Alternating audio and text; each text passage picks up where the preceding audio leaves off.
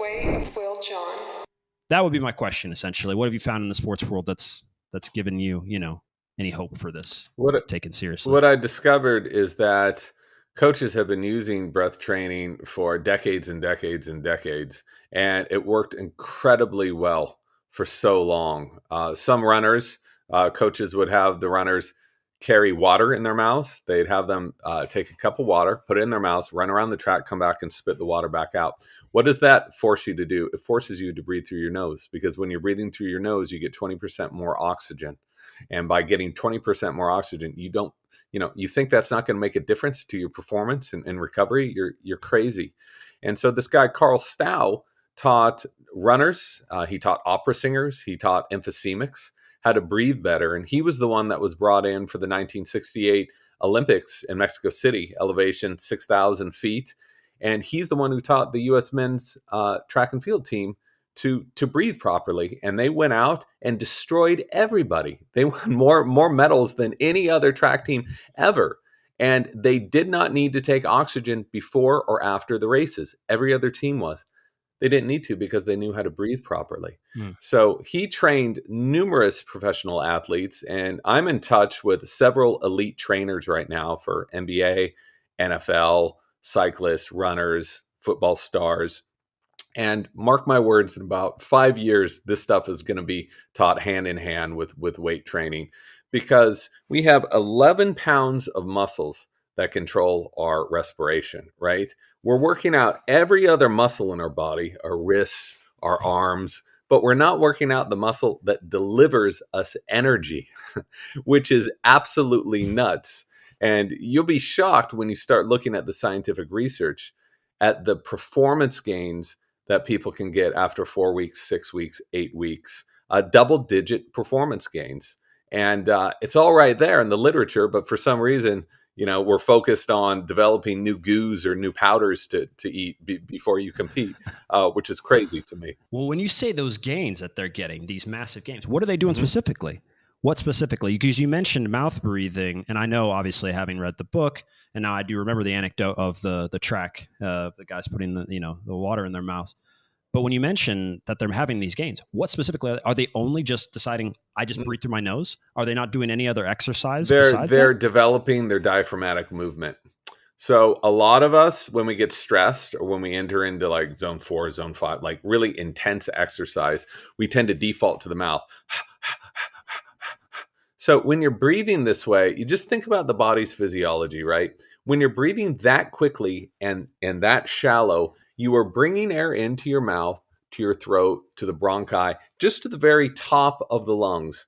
That only plays, it's very hard to get oxygen at the top of our lungs. So it doesn't participate in gas exchange as efficiently as the lower lungs. So you're literally just bringing air in and exhaling it. It's like sitting at a stop sign and just idling your car, right? You're not going anywhere with that. So what all of these trainers are doing is teaching athletes how to breathe in line with their metabolic needs. Yes, when you're in an all-out sprint, you have to go for it. It's fine to open your mouth for moments at a time, but you want to be breathing efficiently. Why would you want to be expending energy you wouldn't need to expend?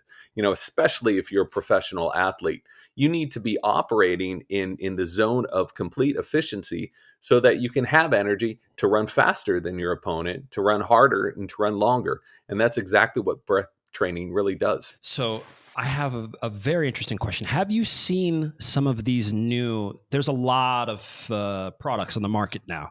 A lot of them contact us with hopes that we'll, promote them in certain stuff. And it's been funny because I had obviously before having read your book, I had a different take on those, because you think as an athlete, you take air in, you take air out. What is it like? If I just do that when I need air, I'm getting more air. I thought that was what it was. No one told me otherwise. So, go ahead. It's like food. It's not just about eating food. You don't just eat food or not eat food. It's what food you eat. And breathing is the same thing. It's how you're taking in that air. Just really will influence your performance and how your body operates, because of course it does. Every cell, is going to be working aerobically. It wants to work aerobically. You can switch to anaerobic, and that's fine, but it's going to wear your body down if you're anaerobic for too long. So you want to be using oxygen. So if you want to be using oxygen, you want to be getting that oxygen in an efficient way.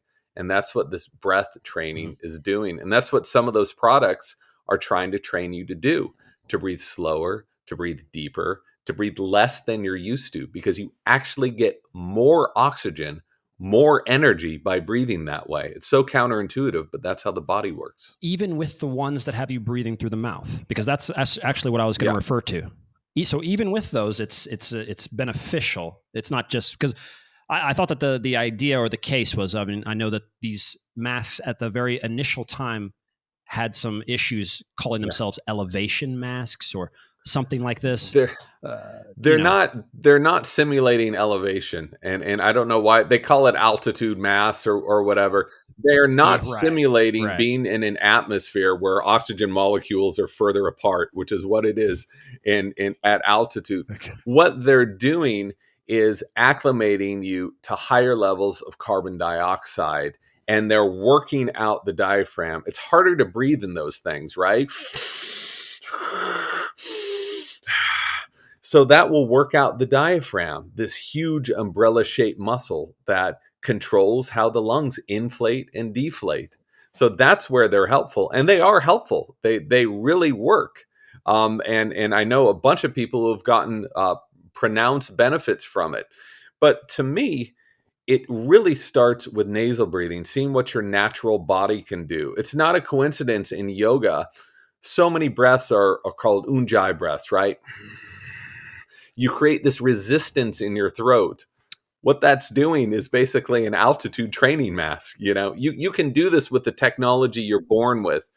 Those masks totally work. I've used them before. I thought they were interesting, but I kind of prefer my own lips and nose. But that's just me. I'm not bagging on them. People can use them if they want, but they're essentially doing the same thing. Your own self conditioning will be doing the same as so many of these products. That's what I've noticed as well. I would say I definitely tried the mask. I think it's cool. It clearly restricts a certain. I mean, you're struggling if you put it at the strongest level for air training like that, and then taking the mask off and then running. It's like I understand what's going on here, but I would say I'm a little interested also as well because pranayama is part of my breath routine. Alternate nose breathing for, I mean, I know that there's all sorts of layers of pranayama, and I mean, it's just essentially infinite, but essentially alternate nose breathing. And what I thought was interesting, I'd love to hear what you found from that. And I know there's been some great research into that, but when I'm looking to develop as an athlete, and I'm looking at trying to speak to these guys about why it's important and why they should maybe try and give this a go. There's so much out there for them to dig through. There are different benefits to different breathing practices, though. No, I mean, it seems as if maybe what you're training for as a free diver is different than what someone who's just sitting and holding. Yeah, that's exactly right. And I heard this from a free diver early on. She said there are as many ways to breathe as there are foods to eat. And just as you would eat certain foods to allow your body to better perform at different levels, you would breathe in different ways. So there's no blanket prescription for everybody. And that's what was so confusing when I was first researching this book. I was buying these pranayama books, 400 different methods. They all have these crazy names. I'm like, cool.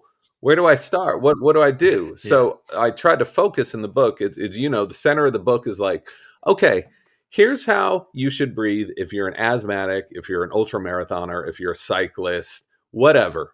Everyone's going to benefit from breathing through the nose. It doesn't need to be all the time. I'm talking about habitual breathing needs to be through the nose.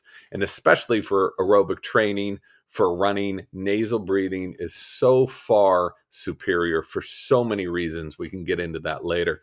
Another thing you need to do is to breathe deeply. Deep doesn't need to be big. It's not like when you breathe through the nose is this natural buffer, so it slows down the air. There's your altitude training mask, right? This naturally slows down the air, and it makes it harder to exhale that air. That's good. That allows your lungs more time to extract more oxygen. So that's why we have this thing, and that's why our nose is filled with all these different structures. Our mouths aren't. I can take a huge breath like that. That doesn't mean it's good. That doesn't mean it's efficient. I can use my mouth in an emergency if I get popped in the face or if I can't use my nose, but that doesn't mean I should be mouth breathing. And there's so much science supporting that, you know. So after you've gotten that nasal breathing and you're breathing slowly and deeply, you can start to focus on breathing less. And this is something I've seen with so many athletes is they do interval training by forcing them to breathe less during these different activities. By doing this, you acclimate your body to accept more CO2, which brings more circulation to your body, which brings more oxygen. So right now, if you were to like exhale and hold your breath, after a few seconds, you're going to feel this need to breathe. That's dictated by CO2, not oxygen. People say, I'm out of breath. I don't have enough oxygen. That's CO2 levels. And the more tolerant you are for higher CO2 levels, the better you're going to be able to perform, at least in many cases. And we've seen that with top tier athletes can withstand a lot of CO2. They're comfortable with it, which allows that circulation to be so much more vigorous throughout their bodies.